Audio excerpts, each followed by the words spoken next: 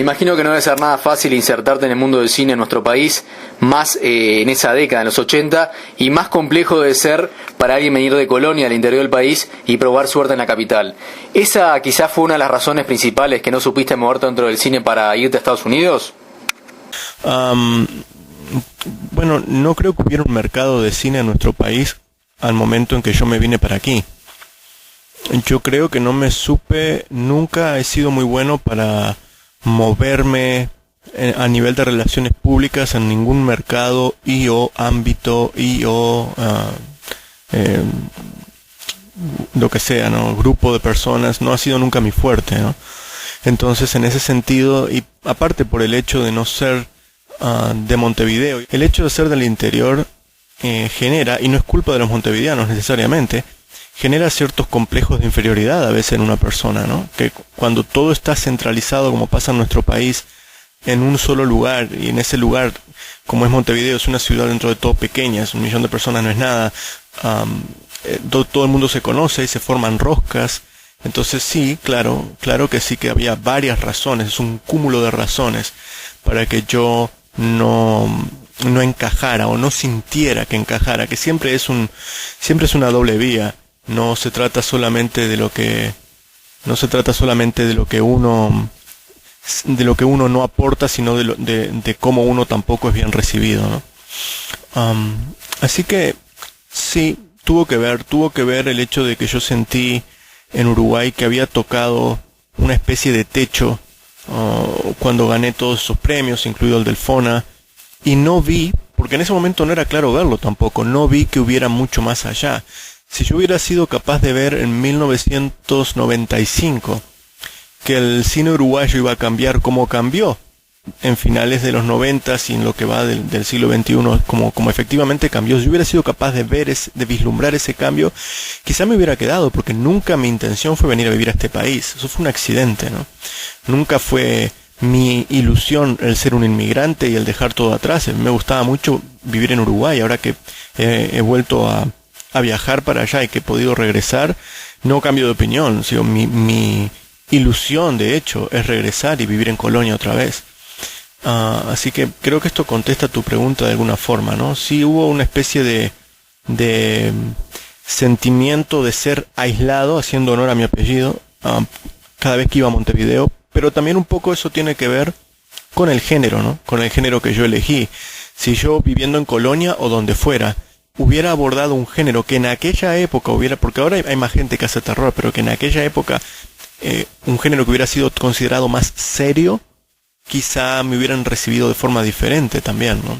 Hubo una serie de factores y no uno solo. Repasando tus primeras películas, las más conocidas sin duda son La Mahón de Plumas, Crowley, Posesión, pero hay una en especial que fue Mala Sangre de 1996, que fue clave en tu carrera para ir a Estados Unidos. El Chicago Latin Film Festival vio un par de tus películas y precisamente por Mala Sangre te invitó a participar de ese festival. ¿Ese quizás fue el puntillazo para radicarte en Estados Unidos? Bueno, eso fue un gran avance que cayó en mi vida en el momento más inoportuno.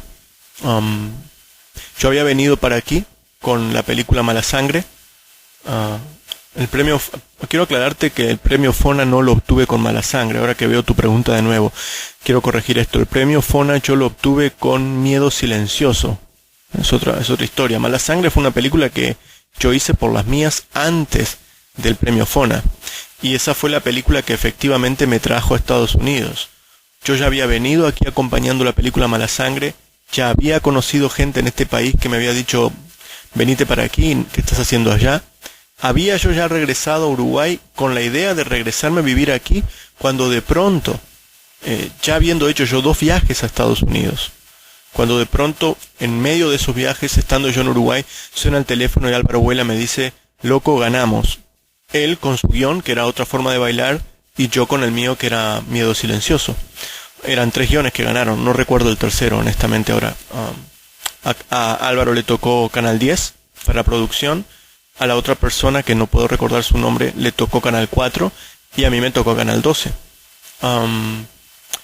O sea que bueno, para que veas un poco, las cosas se fueron dando en forma muy rápida en medio de viajes, mi cabeza yo ya había vencido todas esas cosas, incluso dolorosas, que pasan por decir, bueno, ok, ya lo intenté todo en Colonia, en Uruguay, en Colonia, me voy para Estados Unidos a vivir, a ver qué pasa, o por lo menos hacer una experiencia de lo que me lleve a hacer esa experiencia en otro país, cuando de pronto cae ese premio.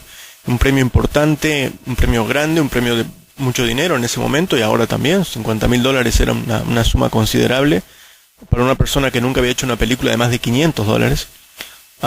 Vaya que sí es un cambio considerable.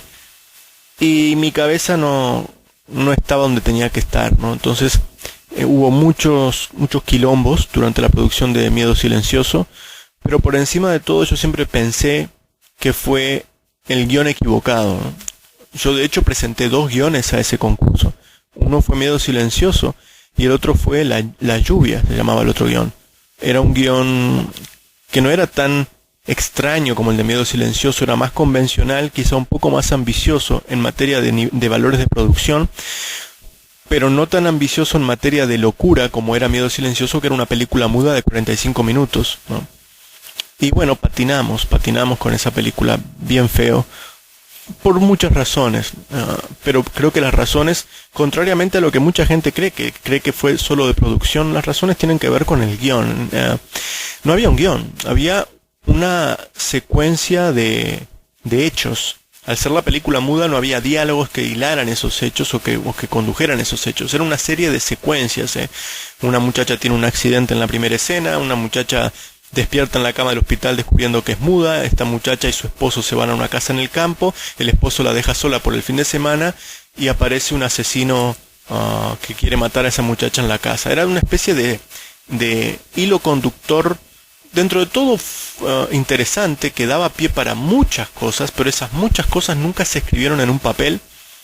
Y en una película de este tipo, en una película tan diferente como una película muda en esta época, se necesitaba que hubiera un verdadero trabajo muy muy concienzudo de preproducción y de adaptación de los hechos a la locación.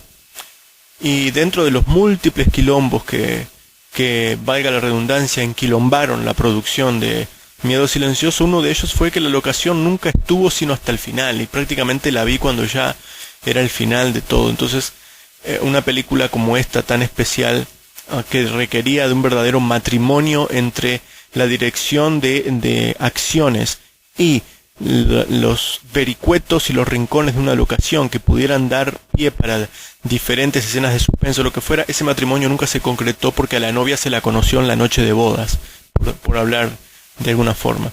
Y bueno, en fin, 1000 quilombos más, pero no voy a culpar a nadie de esos quilombos porque la gente es la gente y todos somos como somos. Si hay que culpar a alguien, me culparía a mí mismo por haber tenido mi cabeza en otro lugar y por no haber podido manejar a las personas que formaban parte de mi equipo, porque de todas maneras esa era mi responsabilidad como productor de la película, ¿no?